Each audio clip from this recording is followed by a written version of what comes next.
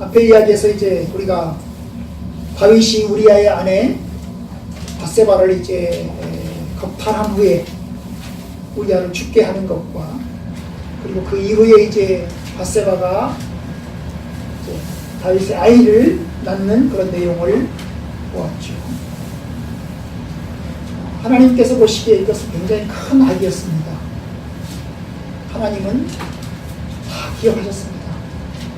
사람들에 의해서는 다 묻혀가는 것처럼 보였지만 하나님은 다 기억하셨습니다. 이것이 지난 시간에 우리가 보았던 그런 내용입니다. 다윗이 왜 이런 죄를 지었다고 그랬죠? 가장 큰 출발은 뭐였어요? 전쟁터에 나가지 않은 거죠? 아니, 하나님의 법궤가 전쟁터에 나가 있는데 다윗은 가지 않았습니다. 사실 이 법궤를 지키기 위해서라도 다윗은 갔어야 하는 겁니다. 그런데 그는 그냥 머리 그냥 있었어요. 이게 그건 실책이죠.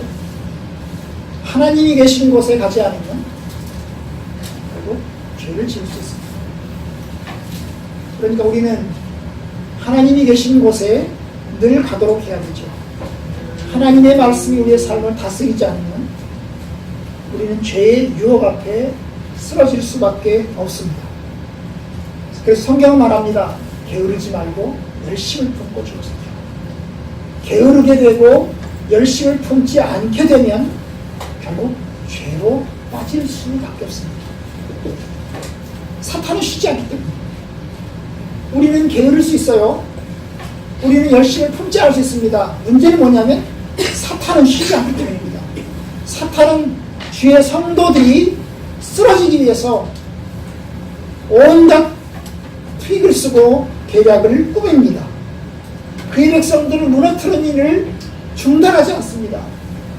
그렇기 때문에 우리가 이제 사탄의 그 트릭을 염두에 두면서 우리가 다시금 일어서야 합니다. 자, 오늘 말씀은 이제 다윗이 죄를 깨닫고 하나님께 회개하는 그런 이야기를 이제 담고 있습니다. 오늘 출발은 이렇게 되어 있죠.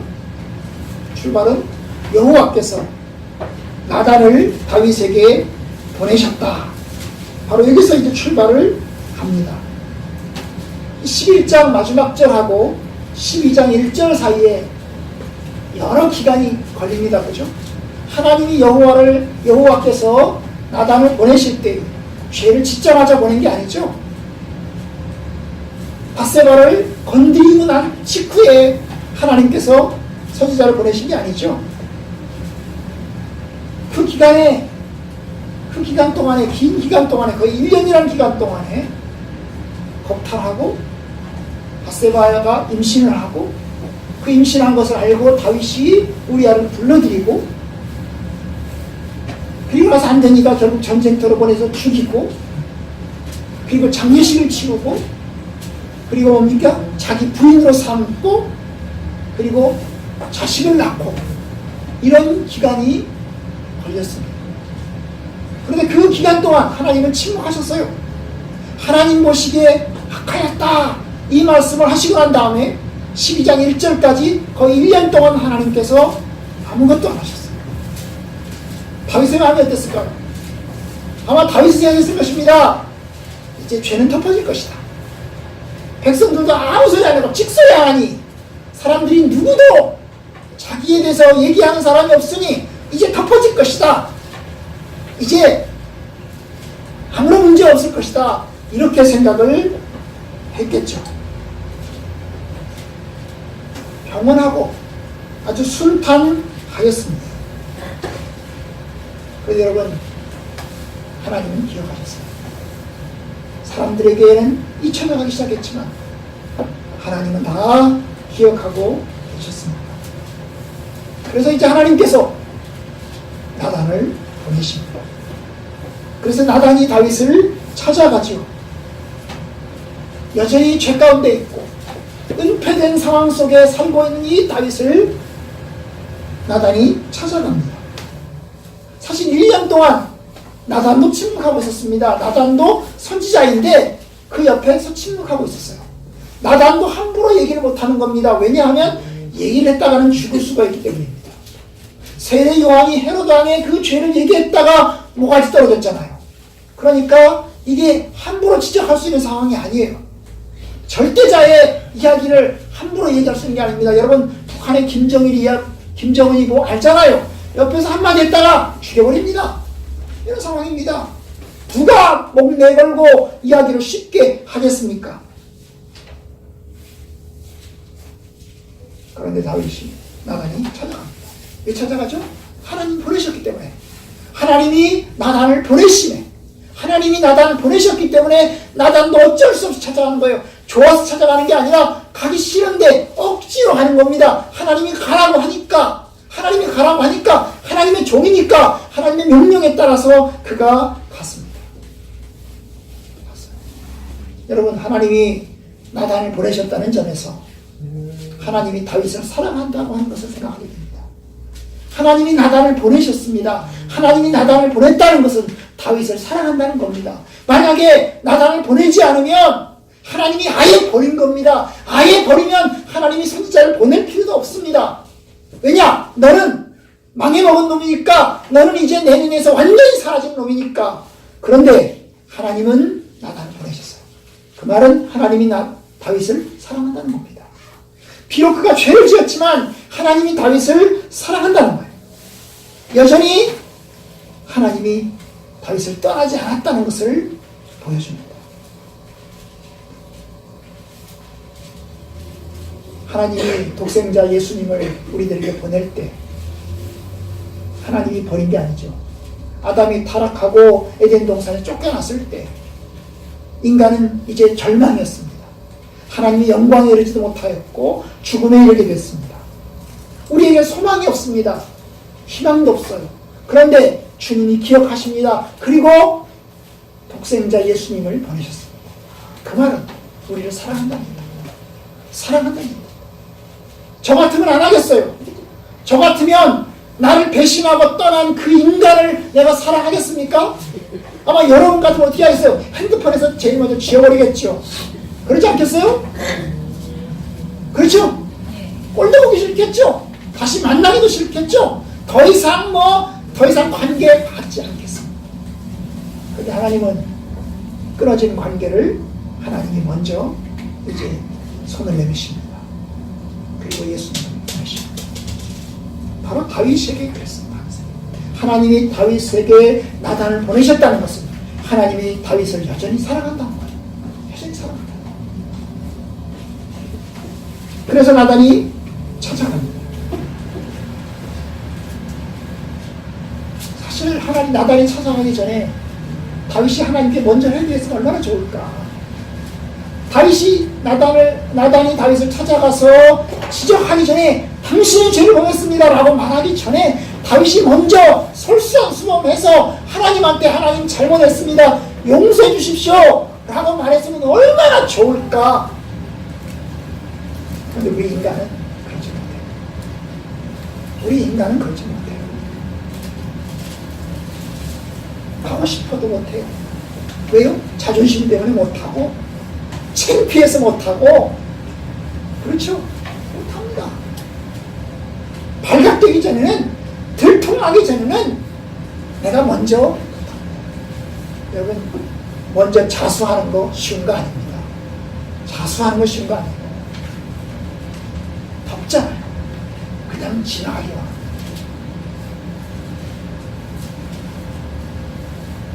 하나님께서 나단을 보내셨어요. 그래서 나단을 찾아갔어요. 찾아가기 전까지 다윗은 어땠을까요? 다윗의 마음은 어땠을까요? 아무렇지 않았을까요? 전혀 양심의 가책도 없었을까요? 만약에 양심의 가책조차 없다고 한다면 그는 그야말로 진짜 화인 맞은, 그야말로 저주받은 인간입니다. 그런데 다윗은 양심의 가책을 느끼고 있었습니다. 양심의 가책을 느끼고 있어서 한편으로는 덮고 지나가기 원하면서 한편으로는 양심의 가책을 느끼고 있었어요. 그 양심의 가책이 밤마다 꿈으로, 밤마다 고통으로 나타났어요. 그런데도 회개하지 않고 있었어요, 여러분. 시편 32편에 보면 다윗의 시가 하나 나옵니다. 오늘 읽지 않은 거예요. 32편을 한번 보십시오. 시편 32편을 3절하고 4절을 봅시다. 3절 4절. 시편 32편 3절 4절을 봅시다. 다같이 시작. 내가 입을 열지 아니할 때에 종일 신음함으로 내 뼈가 쇠하였도다. 주의 손이 주야로 나를 누르시오니 내 진액이 빠져서 여름 가뭄에 나름같이 되었나이다. 요게 이제 다윗 상황입니다. 회개하기 전에 나단이 찾아가기 전에 다윗의 마음이에요. 마음의 속은 바짝바짝 말라가는 겁니다. 혹시 내 죄가 들통나지 않을까? 혹시 내 죄가 이게 발각되지 않을까 싶어가지고 사람들이 수근수근 대는 거. 사람이 아마 2명만 모이고 3명만 모이면 자기 얘기하는 것 같을 거예요. 아마. 그러지 않겠어요? 사람들이 여기 가까이 가는데 사람들이 몇 사람이 모이고 있어요. 그럼 꼭 자기 얘기하는 것 같아. 그러지 않겠어요, 여러분? 이게 사람이 그렇다고. 꼭 자기 얘기하는 것 같아. 이 사람들이 몇 사람이 모여가지고 뭐라고 얘기하고 있으면 꼭 자기 얘기하는 것 같아. 꼭. 그래서 무슨 얘기하는 거야? 혹시 내 얘기하는 거 아닌가? 이럴 거라고요. 이게 다윗이라고. 아무런 감정 없이 그냥 나는 전혀 양심의 가책도 없고 그냥 뭐 미안함도 없고 아무것도 없다면 그게 아무런 저주입니까? 그러지 않겠어요? 그런데 다윗은 가책을 하고 있어요. 하나님께서 다윗의 마음을 계속 건드리고 있는 겁니다. 하나님께서 다윗의 마음을 계속 건드리고 있는 겁니다. 야, 너는 죄인이다. 너는 네 영혼은 살아있다. 너 하나님께 회개해야지. 그러면서 하나님께서 계속 건드리고 있는 겁니다. 그 마음의 양심의 가책이 그의 마음을 괴롭게 하고 있었어요. 그래도 하나님께 회개하지 않고 있어요. 그렇게 양심의 가책을 계속 받고 있음에도 불구하고 회개하지 않아요. 그렇게 양심의 가책 받으면 회개할 것 같은데, 자수할 것 같은데 자수 안 하고 계속 감추고 있단 말입니다. 이게 다윗이었어요. 이게 1년 동안 왔어요. 그러니 뼈가 나고 스트레스 당하고 밤에 잠잘 때마다 온갖 꿈꾸고 그러지 않겠어요? 그렇죠? 그렇습니다. 그런 상황 중에 다윗이 나단을 찾아갔어요. 나단이 다윗을 찾아갔어요. 그리고 이제 나단이 이야기를 시작합니다. 근데 가자마자 다윗, 왜 당신 죄졌어? 하나님께 회개해. 이렇게 얘기하지 않아요. 왜 건방지게 그랬다가는 모가지 떨어져 있어요. 나단은 아마 굉장히 겁을 먹고 조심스럽게 이야기를 꺼냈습니다. 무슨 얘기를 꺼내요? 뭔 얘기를 꺼내죠? 어떤 부자고 가난한 사람이 있는데 그 부자에게는 양도 많고 소도 아주 많습니다. 그런데 이 가난한 사람에게는 양이 한 마리밖에 없습니다. 그 양을 애지중지 키워서 밥상에도 똑같이 먹고 심지어 자기 딸처럼 애지중지 키우고 있습니다. 그런데 부자에게 손님이 찾아왔는데 그 손님에게 찾아온 손님을 대접하고 싶어서 고기를 잡고 짐승을 잡고 잔치를 벌여야 되는데 자기 거를 안 하고 뭐예요? 그 가난뱅이, 그 가난한 사람의 것 그 하나밖에 없는 그 짐승을 끌어다가 빼앗아다가 결국 자기 손님 접대에 썼습니다. 이런 얘기를 나단이 한 거죠. 그런 얘기를 할 때도 이게 자기 얘기하는 걸 깨닫지 못하는 거예요. 다윗이 이런 얘기, 나단이 그런 얘기를 꺼냈는데도 불구하고 이 부자가 자기 자신을 얘기하는 거구나. 그리고 그 가난뱅이가 우리아를 얘기하는 거구나. 소 한 마리 그게 바세바를 얘기하는 거구나. 이걸 깨닫지 못하는 거예요. 다윗이 그 얘기를 듣다가 벌컥 화를 냅니다. 이 찢어줄 놈이 있나? 그 나쁜 새끼가 있나? 이놈 새끼 죽여야 되겠네. 죽일 놈이네. 어떻게 감히 그 다른 사람의 양을 뺏어다가 자기 손님 접대에 쓰는 놈이 있단 말인가? 이 나쁜 놈의 새끼. 그러면서 이 마땅히 그는 죽일 자라. 마땅히 죽었잖아. 그러면서 그런 놈이 있다면 그는 4배나 갚아야 된다. 4배나 갚아야 된다. 그런 얘기를 화를 내면서 이야기를 했죠. 다윗은 나단의 말을 들으면서 그것이 어느 한 사람, 어떤 부자에 관한 이야기라고 생각을 했습니다. 자기 얘기라고 생각하지 않았어요. 그냥 실제 일어나는 어떤 부자 이야기라고 생각을 했어요. 그래서 그는 왕으로서 판결을 내렸습니다. 죽음을 선고하고 그리고 4배의 보상을 해야 된다고 이야기를 했어요. 여러분 이 얘기를 들으시면 다윗이 얼마나 정의로운 사람입니까? 가난한 사람 편이죠. 그렇죠? 다윗이 가난한 사람 편이죠. 그렇게 이야기했으면 그렇게 이야기했는데도 불구하고 그럴 수도 있지 뭐 라고 얘기한다면 그 다윗은 아주 나쁜 왕이에요. 그렇죠? 그런데 이런 얘기를 들으면서 그 부자 편을 들지 않고 가난한 사람 편을 듭니다. 어떻게 이 부자가 그럴 수가 있냐, 이 나쁜 놈의 새끼. 반드시 죽여야 돼. 도대체 어떤 놈이야 그놈이 도대체 어떤 놈이야 한번 얘기해봐. 이런 투로 이야기를 한 겁니다. 사람의 탈을 쓴 짐승만도 못한 놈이라고 생각을 했습니다. 그는 가장 공정하고 공의로운 왕으로 보였습니다. 그런데 자기 죄를 여전히 깨닫지 못해요. 이 이야기가 자기 얘기라고 하는 것을 생각하지 못해요. 그러니까 나단이 직설적으로 이야기를 합니다. 아주 직설적으로. 7절 다 같이 읽읍시다. 시작. 나단이 다윗에게 이르되 당신이 그 사람이라 이스라엘의 하나님 여호와께서 이와 같이 이르시기를 내가 너를 이스라엘 왕으로 기름붓기 위하여 너를 사울의 손에서 구원하고 당신이 그 사람이라. 참, 당신이 그 사람입니다. 아마 사태기를 쓸 겁니다. 그죠? 당신이 그 사람입니다. 그러면서 이제 하나님의 뜻을 이야기합니다. 하나님이 당신을 사울의 손에서 구원하지 않았습니까? 하나님이 당신을 왕으로 세우지 않았습니까? 하나님이 당신에게 그 왕 사울의 집을 주지 않았습니까? 사울의 집에 있는 모든 시녀들까지 다 주지 않았습니까? 그 시녀들 중에 여자를 당신이 얼마든지 그 여자들을 시녀들을 당신의 부인으로 다 만들 수 있지 않습니까? 그리고 또 하나님이 원하시면 더 줄 수도 있지 않습니까? 그렇게 이야기를 합니다. 한마디로 말하면 하나님이 다윗에 은혜를 주셨고 축복도 많이 주셨다는 거예요. 그리고 더 줄 수도 있다는 거예요. 그런데 만족하지 못하고 악을 행했냐, 나를 업신여기고 악을 행했냐, 그 얘기를 하십니다.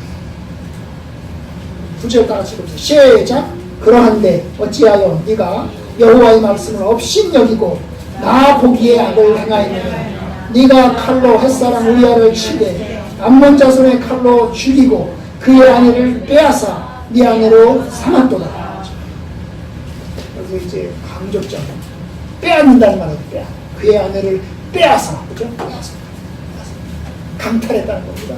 남의 아내를 뺐다는 거예요. 이게 그러니까 가늠한 게 아닙니다. 다윗과 바세바가 눈이 맞아가지고 가늠한 게 아니에요.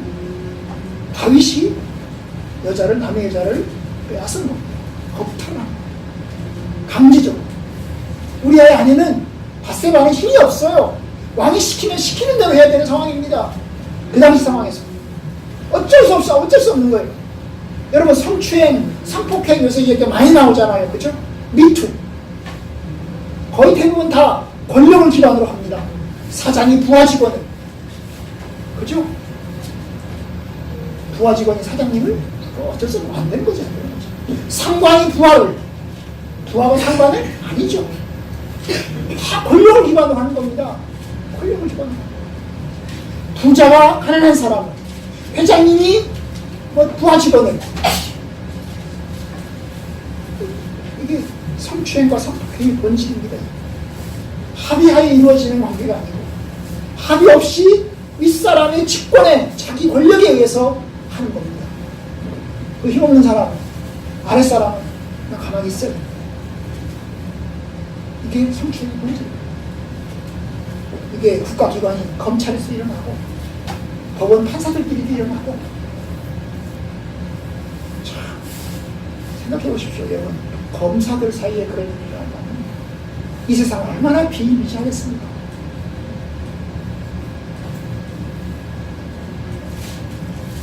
다윗이 부족해서 죄를 지었나요? 아니죠. 부인이 없어서 죄를 지었나요? 아니죠. 부인이 6명이나 있습니다. 그리고 자기 집, 자기 왕궁에 시녀들이 여럿입니다. 언제든지 건드릴 수 있습니다. 끼고 날 수 있습니다, 여러분. 부족해서, 없어서 죄를 지은 게 아니에요. 있는 사람이 없어서. 있는 사람이 더 무서워요. 있는 사람은 자기 것 하나라도 내놓지 않고, 그래서 하나 더 채우려고 합니다. 99개가 있으면 하나를 더 채워서 100개를 만들려고 합니다. 99개나 있는데 생각하지 않고 100개가 돼야 된다는 거예요. 100개가.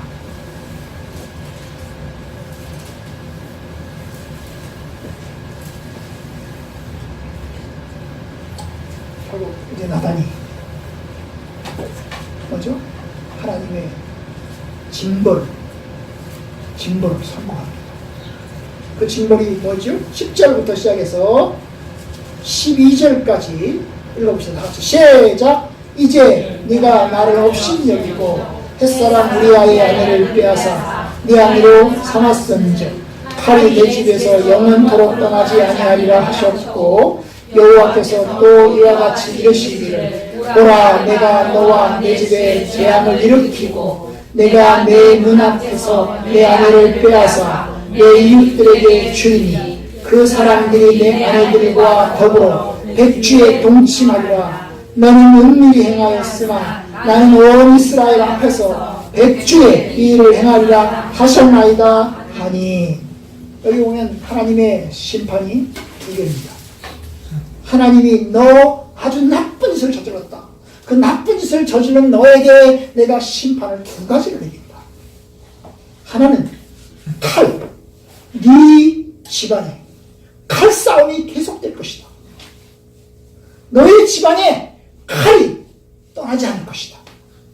너의 자식들끼리, 너와 네 자식 간에 계속해서 분쟁과 싸움이 계속될 것이다. 네가 네가 그 우리아를 죽였기 때문에 이제 너의 집안에도 칼의 저주가 있을 것이다. 이게 다윗에게 임한 하나님의 심판입니다.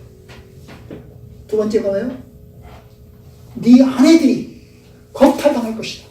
네가 우리아의 아내 바세바를 겁탈했기 때문에 너의 아내들도 다른 사람들에 의해서 겁탈당할 것이다. 그런데 너는 다른 사람 모르게 조용히 겁탈했지만 나는 백주대낮에, 너의 아내는 백주대낮에 여러 사람들이 보는 앞에서 공개적으로 겁탈당할 것이다. 이게 이제 다윗의 집에 하신 두 가지 저주입니다. 여러분이 이야기가 실행이 됩니까? 실행이 안 됩니까? 실행이 됩니다. 우리가 이제 볼 겁니다. 앞으로 보게 될 것입니다. 실행이 그대로 됩니다. 칼싸움, 자녀들끼리의 분쟁, 싸움, 아들들이 아들을 서로 죽입니다. 다윗의 아들들이 아들들을 서로 죽여요. 심지어 아들이 아버지를 죽이려고 해서 이 아버지 다윗이 도망을 가서 엄청나게 큰 시련을 당합니다. 이 다윗의 아내들 부인들이 겁탈당합니다. 대백주 대낮에 누구에 의해서 겁탈당하죠? 자기 아들에 의해서. 아들이 어머니들을 겁탈하는 겁니다, 여러분. 아들이 쿠데타를 일으켜서 왕의 자리를 차지하고, 그리고 아버지의 부인들, 후궁들 다 엎드려 겁탈하는 거예요. 백주 대낮에 모든 사람들이 보는 앞에서 다윗은 도망가고. 이게 하나님의 저주입니다. 여러분, 이게 하나님의 심판입니다. 아주 무서운 거죠. 죄를 지은 거에 대한 저주를 받을 것이다. 백주 대낮에 하게 될 것이다. 이 여러분이 하나님의 선고가 얼마나 무섭습니까? 저는 나단 선지자가 이 이야기를 하는 것이 얼마나 쉽지 않았을 것이라 생각해요. 당신이 그 사람이요. 거기까지 하는 것도 힘든데, 그 다음에 뭐라고 했어요? 칼이 떠나지 않을 것이고 당신의 아내들이 백주 대낮에 겁탈당할 것이다.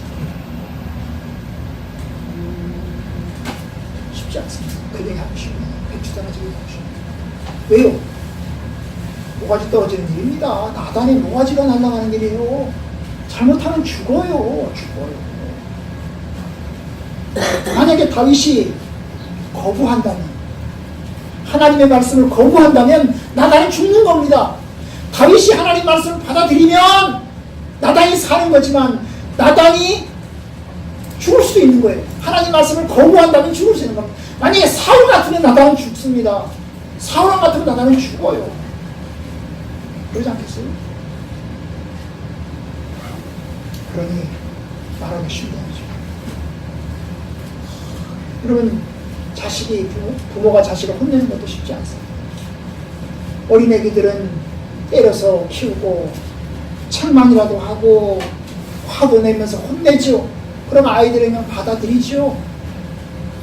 그런데 여러분, 큰애 아이를 혼낼 수 있나요?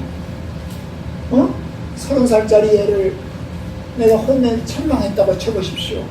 그럼 이 30살짜리 애가 그러면 순순히 내가 잘못했습니다 그렇게 이야기할까요? 화를 내고 아마 아버지를 때려 죽이려고 할 거죠? 어머니를 때려 죽이려고 할 거죠?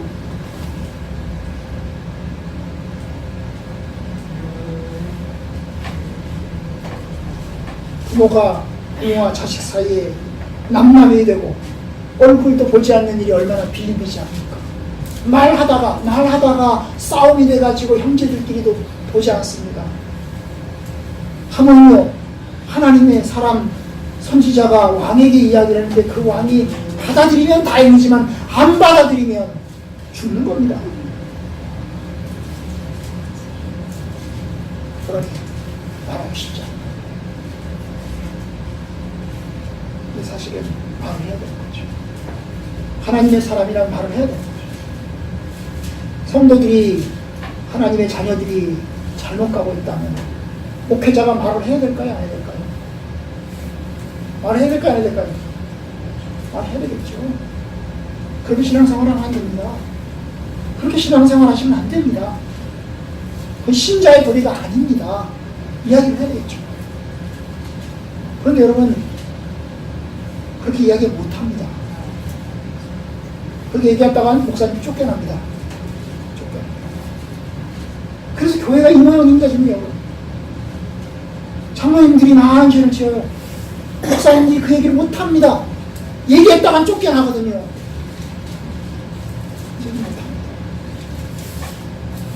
그리고 교인들은 그래요. 너 이렇게 아니면 교회 없냐? 너 아니면 목사 없냐? 가버립니다. 그리고 듣기 좋은 말, 축복의 말 해주는 데를 찾아서 갑니다. 이렇게 크게 책망하고 그렇게 하는데 별로 선호하지 않습니다. 사실은 그래서 잘해야 되죠. 개인적으로 얘기해야 될 때가 있고 공개적으로 얘기해야 될 때가 있는 거죠. 사실은 그죠? 공개적으로. 개인적으로 얘기해야 될 것을 공개적으로 말하면 그러면 그건 굉장히 큰 실수가 되겠죠. 그죠? 그래서 설교를 통해서 누굴 친다고 그러잖아요. 그죠? 설교를 때린다고, 설교를 친다고, 설교로 사람을 공격한다고. 그래서는 안 되는 겁니다. 그죠? 설교는 특정한 개인을 공격하는 게 아니죠. 그러나 동시에 하나님의 말씀을 통해서 권고해야 되는 겁니다. 권고해야 됩니다. 그렇게 살지 마라. 그렇게 살면 안 된다고. 당신의 영혼과 육체에 옳지 않다고 얘기를 해야 됩니다. 다윗은 나단의 이야기를 들었습니다. 이게 두 사람만의 이야기입니까? 그 밑에 그 사이에 누가 사람이 없었을까? 있습니다, 여러분. 나단이 찾아가서 다윗에게 얘기할 때는 다른 사람 다 나가십시오. 우리 둘만 얘기하겠습니다. 라고 얘기하는 게 아닙니다. 거기에 누가 있겠습니까? 비서실장이네. 대통령 비서실장이 있고. 거기 누가 있겠어요? 왕이 말하는 것을 기록하는 사관이 있는 겁니다. 그 사관은 24시간 일거수일투족 다 기록합니다, 여러분. 적어도 4사람입니다. 이 방에 다윗과 나단이 이야기하는 이 방에 적어도 4사람이 있는 거예요. 2사람이 더 있는 겁니다. 그 사람 앞에서, 자기 신하들 앞에서 다윗이 모욕을 당한 거예요. 당신이 그 사람입니다. 칼이 떠나지 않을 것입니다. 엄청나게 다윗에게는 큰 수치요, 큰 고통이요, 큰 창피스러움이잖아요. 그 얘기를 들으면서 다윗이 어떻게 합니까? 13절 전반부만 읽겠습니다. 다 같이 시작. 다윗이 나단에게 이르되 내가 여호와께 죄를 범하였노라 하매. 이 얘기를 들으면서 이 나단의 이야기를 들으면서 다윗이 내가 여호와께 죄를 범했. 다윗이 위대한 이유는 깨끗했기 때문에. 다윗이 위대한 이유는 그가 완벽하기 때문에. 다윗도 우리가 똑같은 사람입니다. 저와 여러분들과 똑같은 사람이 다윗입니다. 그의 마음이 욕심이 있고, 그잖아요. 다윗도 10계명을 어겼잖아요. 그잖아요. 10계명 중에서 그는 몇 번째 계명을 어겼죠? 탐하지 마라. 그렇죠? 그 탐한 것 때문에 간음했죠? 7번째 계명이겠죠? 그 다음에 그 탐한 것 때문에 어떻게 했어요? 탐한 것 때문에 죽였죠? 살인했죠? 탐한 것 때문에 또 어떻게 했어요? 거짓 증거했죠? 요압에게 시켜서 죽이라고 했죠?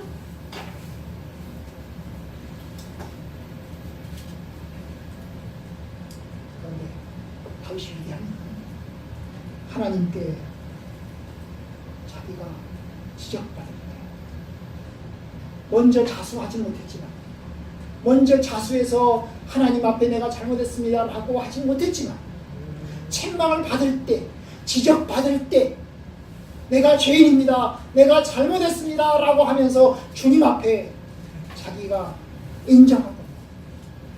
인정한 거예요. 내가 잘못했다. 여러분 정말로 그 정도만이라도 다행이죠. 인정하기라도 하면 다행이잖아요. 내가 잘못했다. 지적받을 때, 책망받을 때 내가 잘못했다 라고만 하면 얼마나 좋겠어요. 근데 여러분 세상 당하는 거 보십시오. 세상 당하는 거 보세요. 지적받고 책망받을 때도 나 잘못한 거 없어, 나는 죄 지은 거 없어, 나는 깨끗하다니까 라고 하잖아요.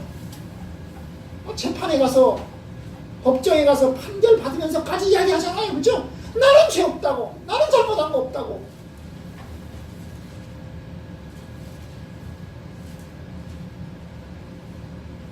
다윗은 하나님 앞에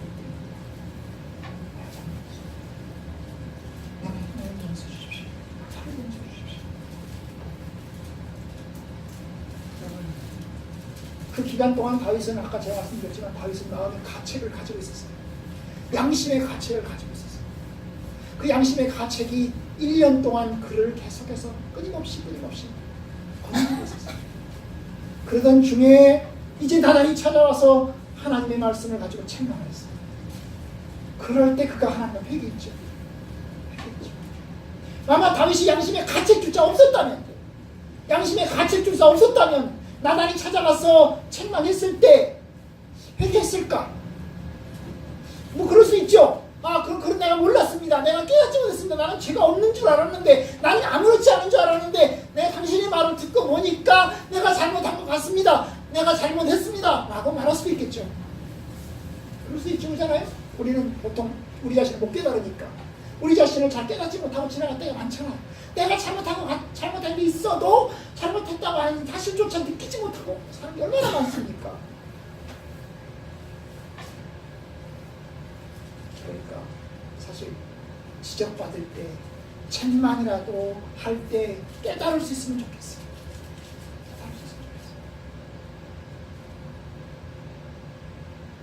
가장 좋은 것, 깨닫고 책망받기 전에, 지적받기 전에 먼저 자수하고 먼저 털어놓으면 더 좋겠어요.